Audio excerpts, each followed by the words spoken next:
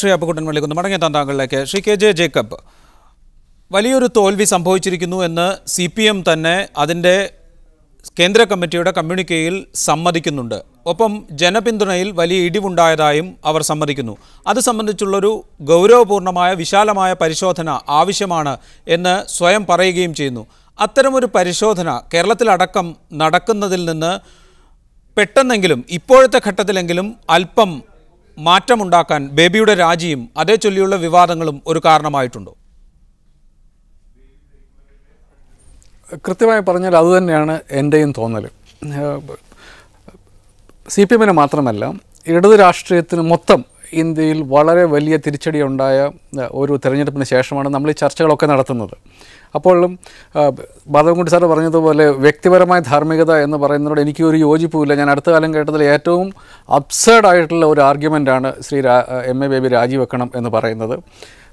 അത് പാർട്ടിക്കകത്ത് പറയുന്നതിനോട് എനിക്ക് യോജിപ്പുണ്ട്. ഒരു വ്യക്തി എന്ന നിലയ്ക്ക് പാർട്ടിയുടെ കാര്യം, അതിൽ പാർട്ടിയിലെ നേതാക്കന്മാരുടെ കാര്യം, അദ്ദേഹം അസംബ്ലിയിൽ വരാതെ അദ്ദേഹം ഒരു സമ്മർദ്ദ പണിയൊക്കെ ചെയ്തിട്ടുണ്ടെങ്കിൽ അതെനിക്ക് ഏറ്റവും അബ്സേർഡായിട്ടുള്ള ഒരു കാര്യമായിട്ടാണ് എനിക്ക് തോന്നിയിരിക്കുന്നത്. ഞാൻ രാജീവ് പറഞ്ഞ ഒരു കാര്യത്തിലാണ് എനിക്ക് 100% യോജിപ്പുണ്ട്. അതായത് പാർട്ടി വലിയ തിരിച്ചടിയെ നേരിട്ടിരിക്കുന്നു, ഇടതുപക്ഷ രാഷ്ട്രീയം വലിയ തിരിച്ചടിയെ നേരിട്ടിരിക്കുന്നു. അതിന് വളരെ കൃത്യമായിട്ടുള്ള മറുപടി കണ്ടുപിടിക്കാനുള്ള ഉത്തരവാദിത്വം ഏറ്റവും വലിയ കമ്മ്യൂണിസ്റ്റ് പാർട്ടി എന്ന നിലയ്ക്ക് CPM-നുണ്ട്. അതിൽ കേരളത്തിലെ പാർട്ടിക്ക് വലിയ പങ്കുണ്ട്. ആ ഒരു ചർച്ചയിലേക്ക് പാർട്ടി പോകുന്നതിൽ നിന്നും ഉടനെ തന്നെ അങ്ങനെ ഒരു ചർച്ച ഇനിഷ്യേറ്റ് ചെയ്യുന്നതിൽ നിന്നും താൽക്കാലികമായിട്ടെങ്കിലും തടഞ്ഞു നിർത്താനും CPM-നെ സാധാരണഗതിയിൽ ആക്രമിക്കുന്ന എല്ലാ മാധ്യമങ്ങളുടെയും പാർട്ടിയെ എതിർക്കുന്ന ആൾക്കാരുടെയും അവർക്കൊരു ശരിക്കും ഒരു പാർട്ടി അടിക്കാനുള്ള വടിയായി ശ്രീ ബേബി ഒരു വിഷയം ഉണ്ടാക്കി കൊടുത്തെന്നുള്ള കാര്യത്തിൽ എനിക്ക് യാതൊരു സംശയവുമില്ല. എന്ന് മാത്രമല്ല, വലിയൊരു ചർച്ച ഉയർന്നു വരേണ്ടതുണ്ട്. എന്തുകൊണ്ട് ലെഫ്റ്റ് പോളിറ്റിക്സിന് ഇത്ര വലിയ തിരിച്ചടി ഉണ്ടായി എന്ന് ശ്രീ പ്രകാശ് കാരാട്ട് അതിന് ചില കാരണങ്ങൾ പറഞ്ഞിട്ടുണ്ട്.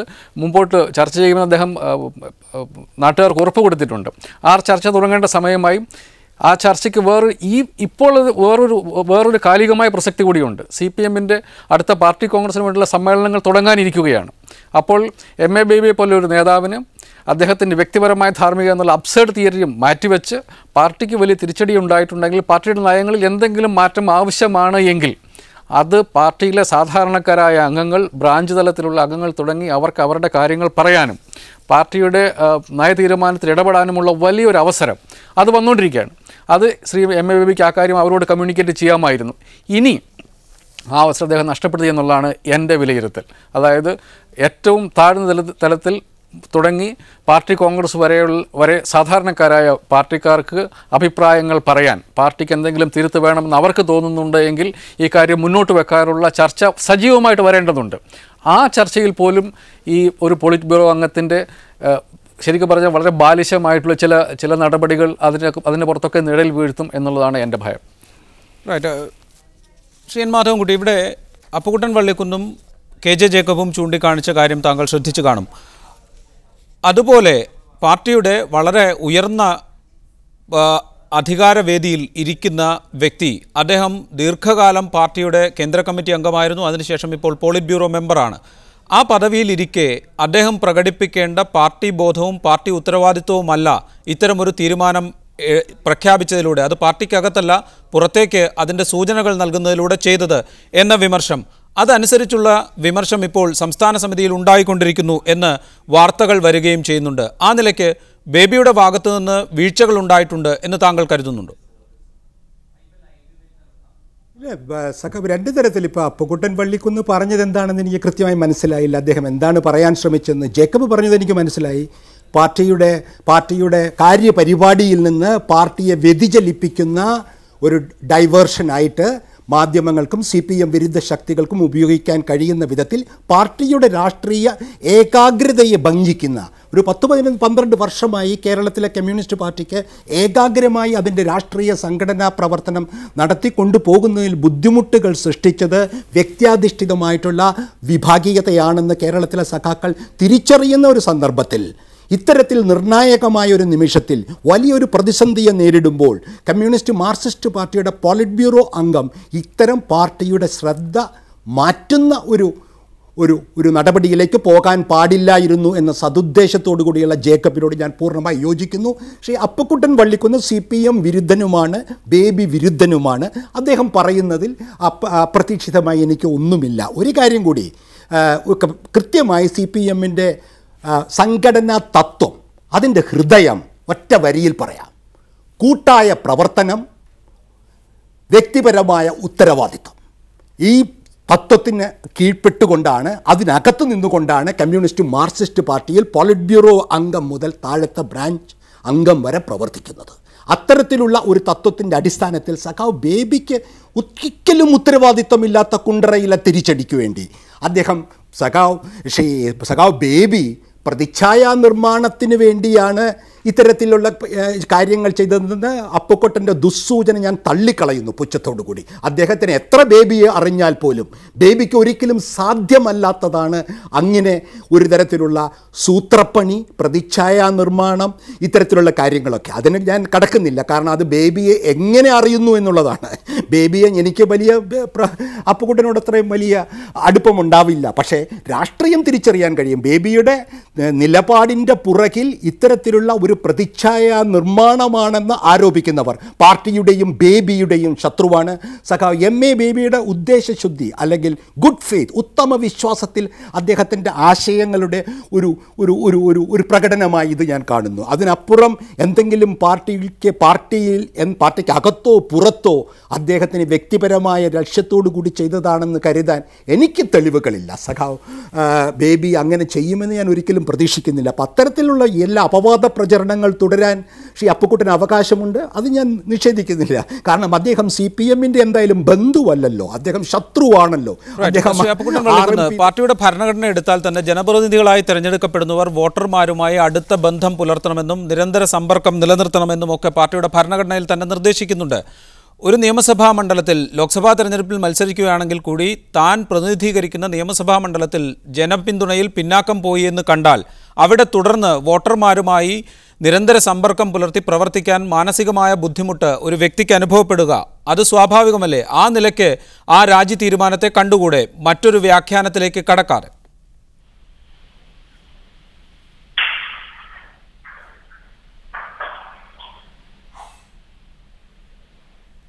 മടങ്ങിയെത്താം അപ്പുക്കുട്ടൻ വള്ളിക്കുന്നിലേക്ക്. ഒരിക്കൽ കൂടി KJ ജേക്കബിലേക്ക്. ശ്രീ KJ ജേക്കബ്, പാർട്ടിയുടെ വലിയ പരാജയത്തെ വിശദീകരിച്ചുകൊണ്ട് നടത്തിയ വാർത്താ സമ്മേളനത്തിൽ ആഗോളവൽക്കരണ സാഹചര്യം ഇന്ത്യയിലെ ജനവിഭാഗങ്ങളിൽ ഉണ്ടാക്കിയ മാറ്റങ്ങളെക്കുറിച്ച് CPM പഠിക്കുമെന്നും അതിനനുസരിച്ച് പാർട്ടിയുടെ നയപരിപാടികളിൽ മാറ്റം വരുത്താൻ ശ്രമിക്കുമെന്നും CPM general secretary Prakash Karat പറഞ്ഞിരുന്നു. ആഗോളവൽക്കരണവും സാമ്പത്തിക പരിഷ്കാരങ്ങളും ഒക്കെ സാമ്പത്തിക രംഗത്ത് മാത്രമല്ല മാറ്റങ്ങൾ ഉണ്ടാക്കിയിരിക്കുന്നത്. വ്യക്തി സ്വാതന്ത്ര്യങ്ങൾ, വ്യക്തികളുടെ അവകാശങ്ങൾ, വ്യക്തികളെക്കുറിച്ചുള്ള കാഴ്ചപ്പാടുകൾ, ഇവയിലൊക്കെ വലിയ മാറ്റങ്ങൾ ഉണ്ടാക്കിയിട്ടുണ്ട്. അത്തരം ചില മാറ്റങ്ങളെ ഉൾക്കൊള്ളേണ്ട ആവശ്യം കൂടി ഈ ഘട്ടത്തിൽ CPM അഭിമുഖീകരിക്കേണ്ടതല്ലേ? CPMന് പുറത്ത് ഇടതുപക്ഷ രാഷ്ട്രീയത്തെ അനുകൂലിക്കുന്ന ആൾക്കാർ, ഞാനടക്കമുള്ള ആൾക്കാരുടെ ആഗ്രഹം അതാണ്. കാലം മാറിക്കൊണ്ടിരിക്കുന്നു, രാഷ്ട്രീയം ഭയങ്കരമായി മാറിക്കൊണ്ടിരിക്കുന്നു. അപ്പോൾ ഇത്തരം ചില പ്രശ്നങ്ങളെ CPM നേരിട്ടേ പറ്റൂ. ഇടതുപക്ഷ ഇപ്പോൾ നമ്മളറിയാം, ഒന്നിനു പുറകെ ഒന്നായിട്ട് ഇപ്പോൾ വളരെ വ്യക്തമായി നമുക്ക് മനസ്സിലായിക്കൊണ്ടിരിക്കുന്ന കാര്യം, സാമ്പത്തിക നിലപാടുകളിൽ CPMും കോൺഗ്രസ് BJPയും തമ്മിൽ വലിയ വ്യത്യാസമില്ല എന്നുള്ളത് ഒന്നിനു പുറകെ ഒന്നായുള്ള നടപടികളിൽ അവർ നമ്മളെ വ്യക്തമാക്കിക്കൊണ്ടിരിക്കുകയാണ്. ഇടതുപക്ഷ പാർട്ടികൾ നേരത്തെ പറഞ്ഞുകൊണ്ടിരിക്കുന്ന കാര്യങ്ങളാണ്. അപ്പോൾ ഇത്തരം മാറിക്കൊണ്ടിരിക്കുന്ന സാഹചര്യത്തിൽ നമ്മുടെ ഇന്ത്യ എന്ന് പറയുന്ന ഒരു പാർലമെൻ്ററി ഡെമോക്രസി അംഗീകരിച്ച ഒരു നാടാണ്. അവിടെ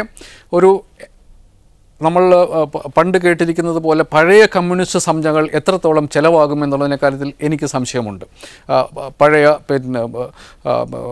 വർഗസമര സിദ്ധാന്തങ്ങളൊക്കെ, അല്ലെങ്കിൽ ഈ ഡെമോക്രാറ്റിക് സെൻട്രലിസം പോലും എത്രത്തോളം പാർലമെൻ്ററി ഡെമോക്രസിയിൽ വിശ്വസിക്കുന്ന, നിയമപരമായി ഏർപ്പെടുത്തപ്പെട്ട ഭരണഘടനയുള്ള ഒരു നാട്ടിൽ അത് പാർലമെൻ്ററി ഡെമോക്രസിയിൽ അടിയുറച്ചതാകുമ്പോൾ ഡെമോക്രാറ്റിക് സെൻട്രലിസവും ജനാധിപത്യ കേന്ദ്രീകരണവും ജനകീയ ജനാധിപത്യ ഇത്തരം സംജ്ഞകളൊക്കെ നമ്മുടെ നാട്ടിൽ എത്രത്തോളം ഇനി അങ്ങോട്ട് ആൾക്കാരുടെ അടുത്തേക്ക് നമുക്ക് വിൽക്കാൻ പറ്റും, അവരുടെ അടുത്തേക്ക് അവരെ അത് ബോധ്യപ്പെടുത്താൻ പറ്റും എന്നുള്ള കാര്യത്തിൽ എനിക്ക് സംശയമുണ്ട്. ഇത്തരം ചില പ്രശ്നങ്ങൾ പാർട്ടി അഡ്രസ്സ് ചെയ്യേണ്ടതുണ്ട്.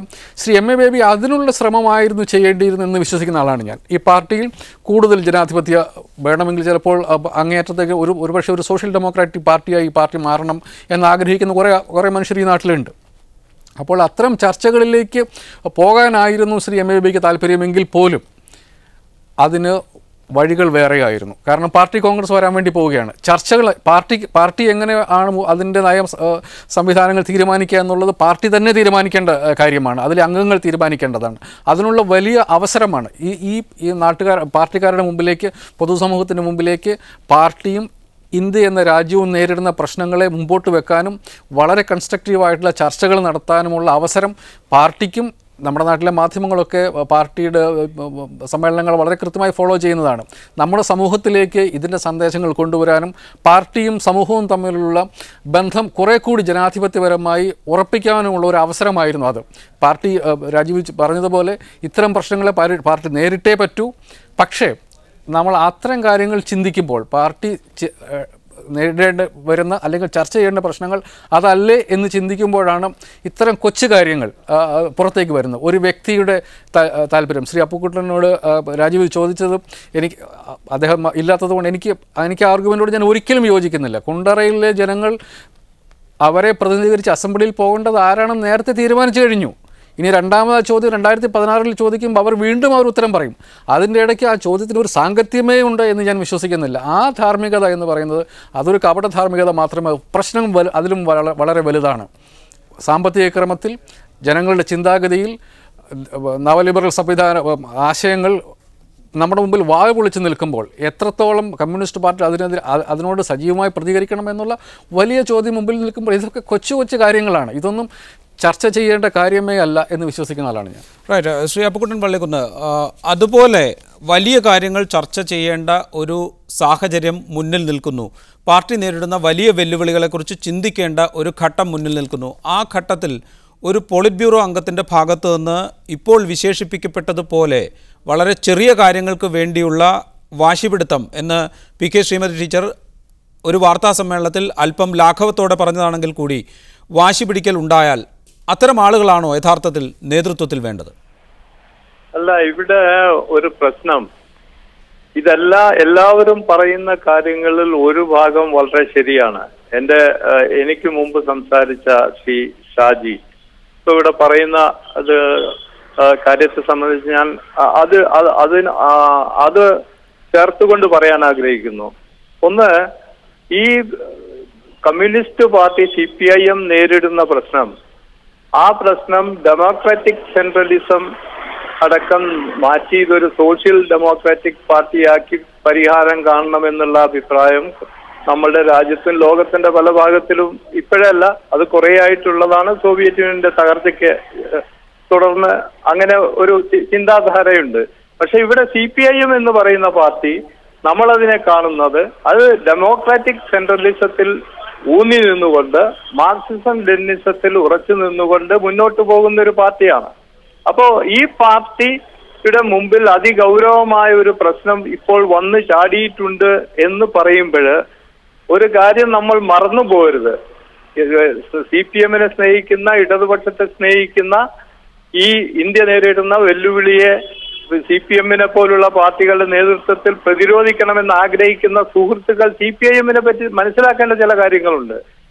ഇതിന്റെ മുമ്പ് നടന്ന 18-19 പാർട്ടി കോൺഗ്രസുകളിൽ ഇന്ത്യയിലെ സ്ഥിതി സംബന്ധിച്ച് ഈ പാർട്ടി നടത്തിയ വിലയിരുത്തലുകളും എടുത്ത തീരുമാനങ്ങളും അവർ നടപ്പാക്കേണ്ടിയിരുന്ന ഈ നേതൃത്വം, ബേബി അടക്കമുള്ള അതിന്റെ സെൻട്രൽ കമ്മിറ്റി നേതൃത്വം ഈ കഴിഞ്ഞ 10 വർഷക്കാലം ഈ രാജ്യത്ത് പാർട്ടി വളർത്തുന്നതിനും കോൺഗ്രസിനെയും BJP-യെയും പരാജയപ്പെടുത്തുന്നതിനും സ്വീകരിക്കേണ്ടിയിരുന്ന ആ പാർട്ടിയുടെ സംഘടനയുടെ മൂല്യങ്ങൾ ഉയർത്തിപ്പിടിക്കുന്നതിന് വേണ്ടി സ്വീകരിക്കേണ്ടിയിരുന്ന തീരുമാനങ്ങളുണ്ട്. ആ തീരുമാനങ്ങൾ എന്ത് നടപ്പാക്കി? ആ തീരുമാനങ്ങൾ എന്തൊക്കെയായിരുന്നു? എന്ത് നടപ്പാക്കി? എന്തുകൊണ്ട് ഇങ്ങനെ തെറ്റുകൾ പറ്റി? എന്തുകൊണ്ട് ഈ പരാജയം ജനങ്ങൾ അവിശ്വസിക്കുന്ന ഒരു അവസ്ഥയിലേക്ക് 1952 2002 തെരഞ്ഞെടുപ്പിൽ കിട്ടിയ 3% വോട്ടിലേക്ക് ഈ പാർട്ടി ചെന്ന് പതിച്ചു എന്നുള്ളത് പരിശോധിക്കണം. അതല്ലാതെ ഇപ്പോഴൊരു സോഷ്യൽ ഡെമോക്രാറ്റിക് പാർട്ടി ആക്കിയാൽ ഇത് മാറും, അല്ലെങ്കിൽ അങ്ങനെ മാറിയ ഇതല്ല.